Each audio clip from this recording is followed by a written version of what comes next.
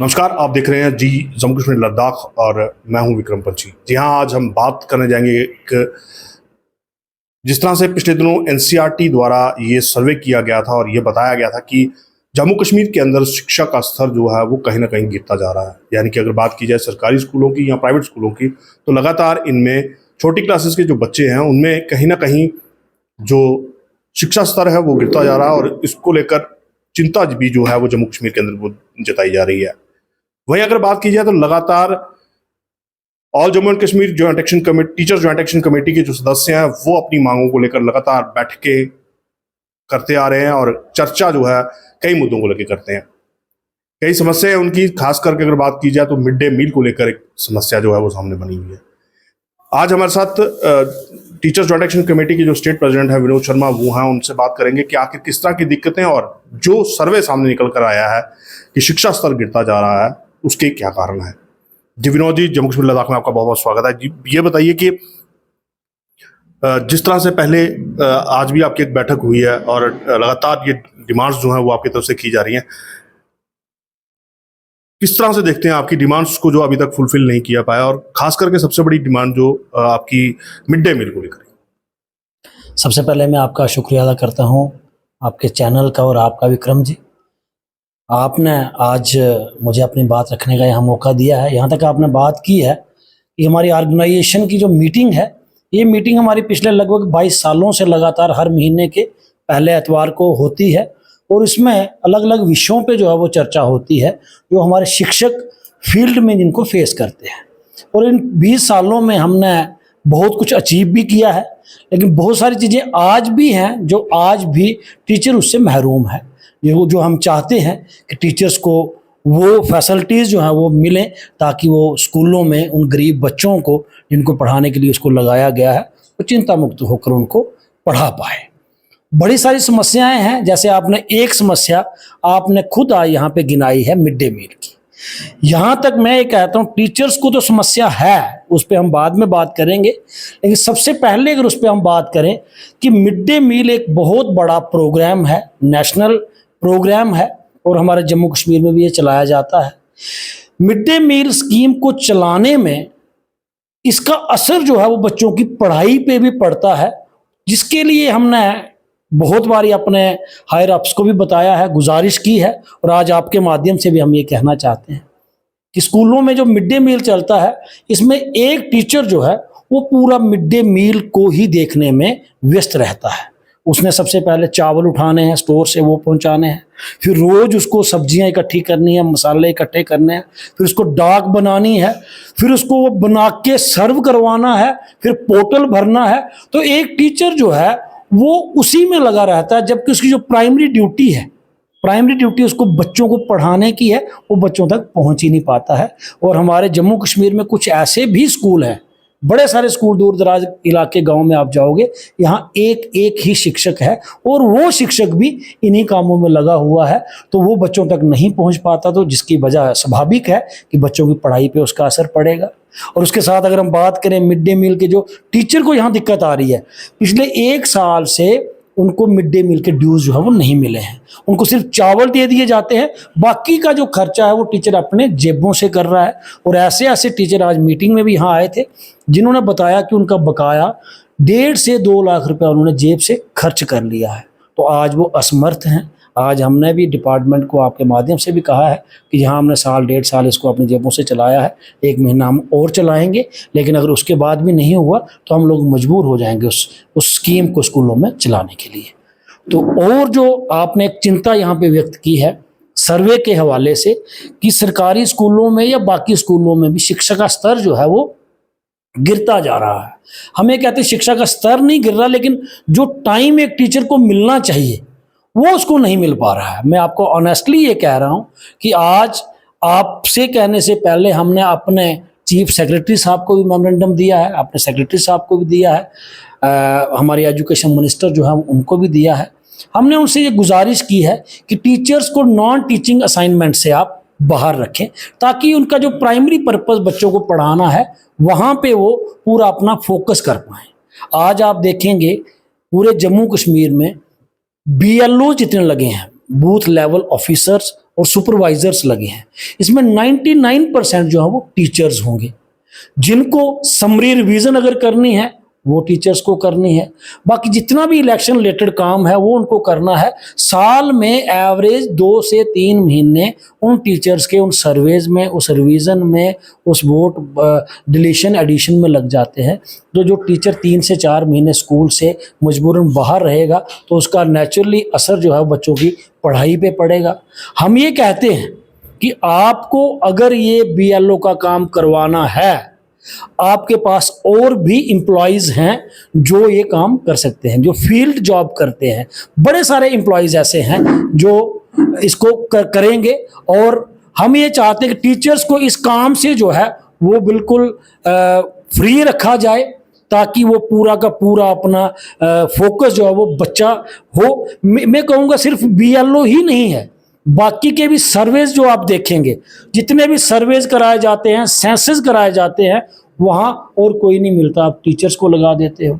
और स्कूल में इतने सारे पोर्टल्स, ऑनलाइन पोर्टल्स जो हैं वो टीचर चलाता है। अब बाहर से जो आदमी लोग जाते हैं वो ये सोचते हैं कि टीचर जो है वो फ़ोन पे लगा हुआ है, वो फ़ोन पे वहाँ वीडियो गेम नहीं खेल रहा होता, ना ही वो अपने कोई एंटरटेनमेंट वहाँ कर रहा होता है। वो जो पोर्टल्स हैं, मैं आपको गिनाऊंगा 15 से 20 पोर्टल्स ऐसे हैं जो टीचर को रोज़ ऑनलाइन वहाँ भरने हैं, जिसकी वजह से वो अपना टाइम नहीं दे पा रहे। अब आप कहेंगे सिर्फ प्रॉब्लम ही है, इसका हल क्या है? हम ये कहते हैं कि आप जो बाकी के काम हैं, नॉन टीचिंग असाइनमेंट्स जो हैं, उनको आप बाकी जो आपके पास एम्प्लॉयज़ हैं आप उनसे करवाइए। सेंसस जो है वो आप उनसे करवा लीजिए। सर्वेज अगर आपको करवाने हैं आप कंसर्न डिपार्टमेंट से करवाइए।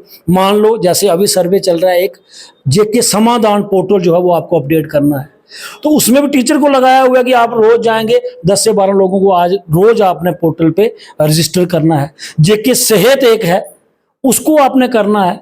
हम ये कहते हैं जेके सेहत एक प्रोग्राम आपका मेडिकल डिपार्टमेंट का है, आप हेल्थ डिपार्टमेंट के लोगों को उसमें लगाइए। अगर आपके पास वहाँ भी एम्प्लॉयज़ नहीं, आप आउटसोर्स करिए आप टीचर को, क्योंकि टीचर सिर्फ वो बाध्य है। अगर आपको यहाँ उसका आप ऑर्डर करेंगे वो जाने के लिए मजबूर है। अब DC साहिबा या DC साहब उसका ऑर्डर करेंगे तो वो उसको मना तो नहीं कर पाएगा, लेकिन उसका बुरा प्रभाव, बुरा असर जो है वो बच्चों की पढ़ाई पे पड़ेगा। हम ये चाहते हैं कि टीचर्स को पूरा का पूरा नॉन टीचिंग असाइनमेंट से जो है वो बिल्कुल फ्री रखा जाए, उसको सिर्फ टीचिंग पर्पज़ के लिए रखा जाए। और जब बाद में जिम्मेवारी की बात आती है, जैसे आप ये कह रहे हैं कि सर्वे में ये कहा गया कि स्कूलों में शिक्षा का स्तर गिरा है, तो उसकी जिम्मेवारी लेने के लिए फिर बाद में और कोई सामने नहीं आता, जिम्मेवार ठहरा दिया जाता है टीचर को, जिसको मैं चाहता हूँ, एक मानता हूँ कि वो अकेला उसके लिए जिम्मेवार नहीं है। जब एक टीचर को टाइम ही नहीं मिलेगा बच्चों को पढ़ाने का, बताइए वो फिर रिजल्ट कैसे देगा? यहाँ टीचर्स की कमी है। वहाँ आप एक टीचर को उठा के 2 महीने के लिए एक स्कूल में भेजेंगे, अगले 2 महीने के लिए किसी और स्कूल में भेजेंगे, तो बताइए वो क्या रिजल्ट दे पाएगा? हम ये चाहते हैं एक पॉलिसी हो। एक बहुत बड़ा तबका जो है एजुकेशन डिपार्टमेंट में, उसको आपने ट्रांसफ़र पॉलिसी से बाहर रखा है, इसको RET टीचर कहते हैं, जो SSA के तहत अपॉइंट हुआ है। 20 से आज मैं कहूँगा 22 साल हो गए हैं लोग एक ही जगह पे काम कर रहे हैं। बताइए एक आदमी की क्वालिफिकेशन, जो PG टीचर आपका प्राइमरी स्कूल में बैठा है, क्या आपकी ज़रूरत हायर सेकेंडरी में नहीं है? क्या वो रोटेशन की ज़रूरत नहीं है? यहाँ आपको ज़रूरत है, वहाँ अगर आप ट्रांसफ़र करके उनको भेजेंगे, उस टीचर की भी जो परेशानी है वो हल होगी, और स्कूल की जो रिक्वायरमेंट है टीचर की वो भी पूरी होगी। लेकिन उस पर जो है वो नहीं काम किया जा रहा है। लेकिन विनोद जी, जिस तरह से आपने कहा कि रोटेशन होनी चाहिए टीचर्स को, लेकिन अक्सर ये देखा जाता है जब टीचर्स को शहर से किसी फ्लॉन्ग फ्लोर एरिया में अगर ट्रांसफ़र किया जाए, पोस्टिंग किया जाए, या तो वो मेडिकल का बहाना ले लेगा, या फिर उस पर स्टे ले लेगा, या फिर वो एब्सेंट हो जाएगा। तो इस तरह से किस तरह सिस्टम चलेगा, और कैसे फिर तो आ जाकर वो जो 2 टीचर या 4 टीचर RET बैठे हैं तो वही स्कूल चलाने पर मजबूर होंगे। देखिए, इसके लिए मैं कहूँगा कि हमारा डिपार्टमेंट या हमारी पॉलिसी जिम्मेवार है। मैं आपको खुले तौर पे, आप किसी से भी बात करेंगे वो भी आपको यही कहेगा, एक आदमी गांव जाने से डरता क्यों है? वो टीचर इसलिए डरता है कि अगर मैं एक बार यहाँ से पहाड़ों में फंस गया तो मुझे वापस लाने वाला कोई नहीं होगा। हम ये कहते हैं आपके पास एक ट्रांसफ़र पॉलिसी हो जिसमें क्लियर कट मेंशन हो, जैसे हमारी पिछले ATD में थी कि Zone 5 में, Zone 5 हो गया कि आपका हार्ड जोन है, दूर दराज इलाका है, वहाँ पे टीचर 1 साल काम करेगा। जोन 4 में 2 साल करेगा। इसी तरह से जब आप उसको भेजते हैं उसके ऑर्डर में आप लिख दें कि आपको उस हार्ड जोन में 2 साल काम करना है, 2 साल के बाद आपको कोई ट्रांसफर नहीं करेगा, आप 2 साल का टाइम देके सीईओ ऑफिस में रिपोर्ट करें, फर्दर आपकी पोस्टिंग वहां होगी, कोई मना नहीं करेगा।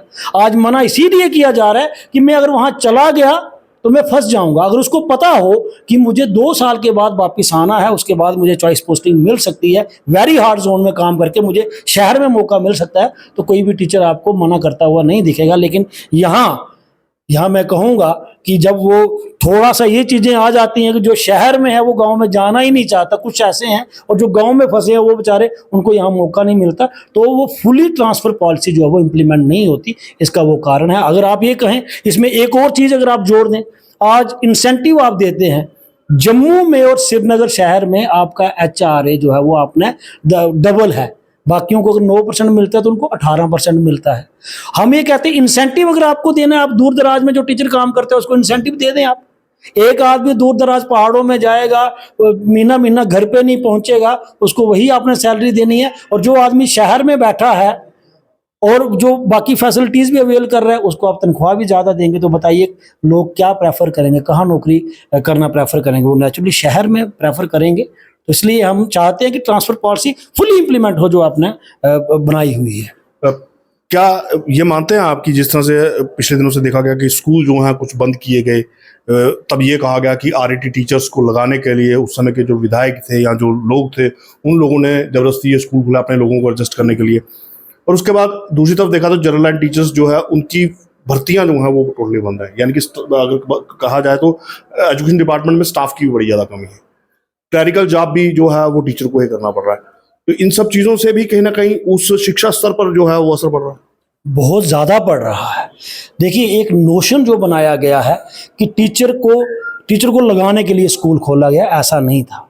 एक फिजिबिलिटी बनी है, जो सेंट्रल गवर्नमेंट की गाइडलाइंस थी या स्टेट गवर्नमेंट की एज पर गाइडलाइंस जो है, एक फिजिबिलिटी बनी कि कहाँ स्कूल की ज़रूरत है, वहाँ वो स्कूल खुला। जब वो स्कूल खुला तो उसके बाद टीचर्स ने, लोगों ने अप्लाई किया है, एडवर्टीजमेंट हुई है, अप्लाई किया है, जो मेरिट में आया है वो सिलेक्ट हुआ है। इसमें ये बात आती नहीं है कि किसी के कहने पे, यहाँ इतनी ट्रांसपेरेंसी थी कि हर आदमी को पता था कि दूसरे आदमी के नंबर कितने हैं। यहाँ इंटरव्यू नहीं था, यहाँ प्योरली वो मेरिट बेस्ड था, नंबर बेस्ड था कि आपकी परसेंटेज कितनी है, जो हाईली क्वालिफाइड है उसी ने लगना है, कोई दूसरा आदमी लग ही नहीं सकता था। यहाँ भाई भतीजावाद हो ही नहीं सकता था, क्योंकि सबका जो नंबर है वो सामने है, जिसके ज़्यादा नंबर है वो लगेगा। पहली बात ये है। दूसरा हुआ क्या है कि आज जो टीचर्स की कमी है वो इसलिए है कि जो SSA के तहत टीचर्स लगे हैं। देखिए, ये स्कीम 2000 में शुरू हुई, जब दूर दराज इलाकों में मैं कहूँगा 769, 2000 की अगर आप बात करें, आप पता कर लीजिएगा, 769 स्कूल्स ऐसे थे जो बंद पड़े थे, जिनको खोलने के लिए कोई जाता नहीं था। मिलिटेंसी इफेक्टेड एरियाज थे या फार फ्लंग एरियाज थे, वहाँ कोई टीचर नहीं जाता था, जिसकी वजह से वो स्कूल बंद थे। वो स्कूल खोलने के लिए टीचर्स को लगा, RET स्कीम निकली और उन्होंने वो स्कूल खोले, वो चलाए, और आज वो सारे स्कूल खुले हैं। उसके बाद SSA के तहत स्कूल जो है, जहाँ जहाँ ज़रूरत थी, हर 1 किलोमीटर पे जो है वो स्कूल खोलना था। ये एक पॉलिसी थी सेंट्रल गवर्नमेंट की, और हर 1 किलोमीटर पे स्कूल खुला है। स्कूल खुलने पे टीचर्स को लगाया गया।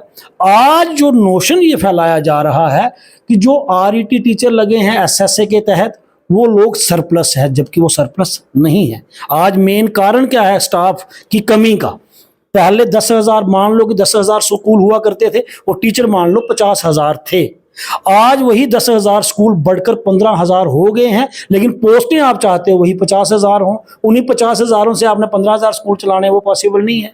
अब इसमें यह है कि आपको जितने भी वो स्कूल खुले हैं SSA के तहत, प्राइमरी स्कूल जिसमें 2 टीचर लगाए गए थे, मिडिल स्कूल जो अपग्रेड हुए हैं, वहाँ एक टीचर को प्रमोट करके मास्टर जो बना है उसको हेड टीचर वहाँ लगाया गया एज ए मास्टर ग्रेड, और 3 टीचर वहाँ पे RET लगाए गए। 4 पोस्टें मिडिल स्कूल में आई और 2 पोस्टें प्राइमरी स्कूल में आई, तब जाके वो स्कूल चले हैं। अगर आज उन टीचर्स को, उन 4 लोगों को, मिडिल स्कूल वालों को आप सरप्लस कहते हैं, या प्राइमरी स्कूल में 2 टीचर्स को आप सरप्लस कहते हैं, तो बताइए फिर वो स्कूलों को, उन प्राइमरी स्कूलों को और मिडिल स्कूलों को चलाने वाला कौन है?